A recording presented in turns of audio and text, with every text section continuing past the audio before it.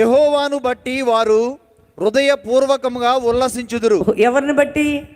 యెహోవాను బట్టి ఉల్లసించి సంతోషించి గంతులు వేసే అద్భుతమైన సంఘముగా ఆయన ప్రజల్ని చేయబోతున్నాడు. ప్రార్థనలలో ప్రార్థన అనంతరం మీకు అంటూ ఒక గొప్ప గమ్యం రాబోతున్నది, ఒక గొప్ప కార్యం జరగబోతున్నది.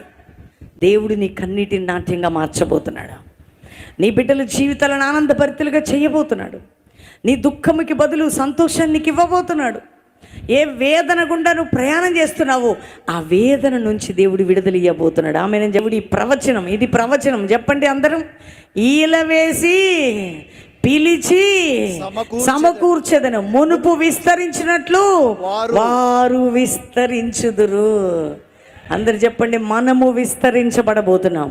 చెప్పండి, ఆత్మీకమైన విస్తరణ, ఆరోగ్యపరమైన విస్తరణ, కుటుంబపరమైన విస్తరణ, ఉద్యోగపరమైన విస్తరణ, సేవాపరమైన ఆత్మల పంట విస్తరణ, అభిషేకపరమైన విస్తరణ, సంఘాలపరమైన విస్తరణ దేవుడు అనుగ్రహించునుగాక.